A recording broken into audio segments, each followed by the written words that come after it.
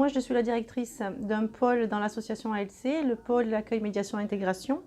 L'association ALC, c'est une association niçoise, en fait, dans les Alpes-Maritimes uniquement, pas que niçoise, mais centrée sur les Alpes-Maritimes.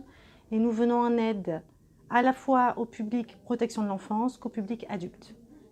Alors, je dirige un centre d'accueil pour demandeurs d'asile avec aussi d'autres dispositifs qui sont dédiés au public migrant et aussi un petit dispositif dédié au public réfugié.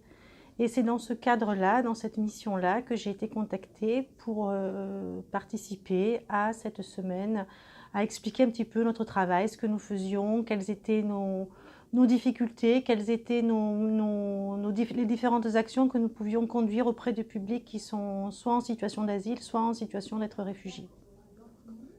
Donc notre association ALC intervient aussi auprès des publics qui sont victimes de la traite des êtres humains.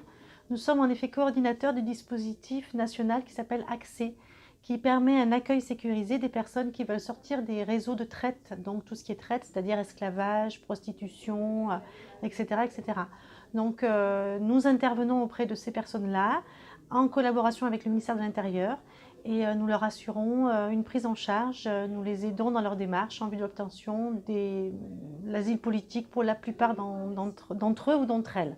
Majorité de femmes, mais pas que. Rama, elle a intégré notre centre d'accueil pour demandeurs d'asile.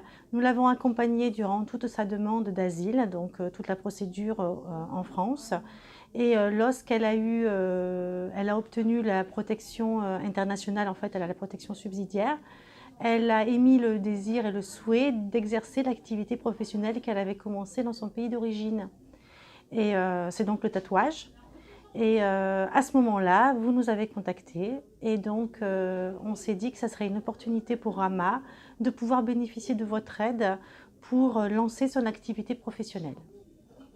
Est-ce qu'il y a, à votre connaissance...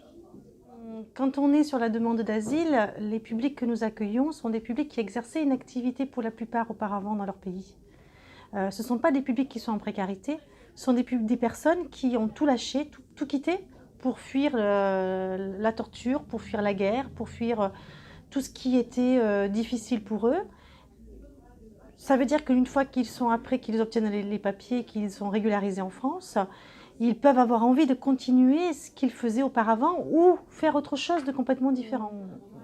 Notre objectif à moyen terme, c'est de pouvoir développer toutes les actions en faveur de l'intégration. Le gouvernement français axe beaucoup les politiques actuellement sur l'intégration des personnes qui sont réfugiées.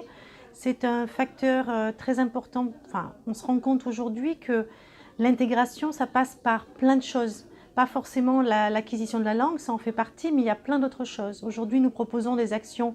Nous, dans le centre d'accueil pour demandeurs d'asile, nous faisons des sorties culturelles. Nous allons au théâtre, nous allons au cinéma.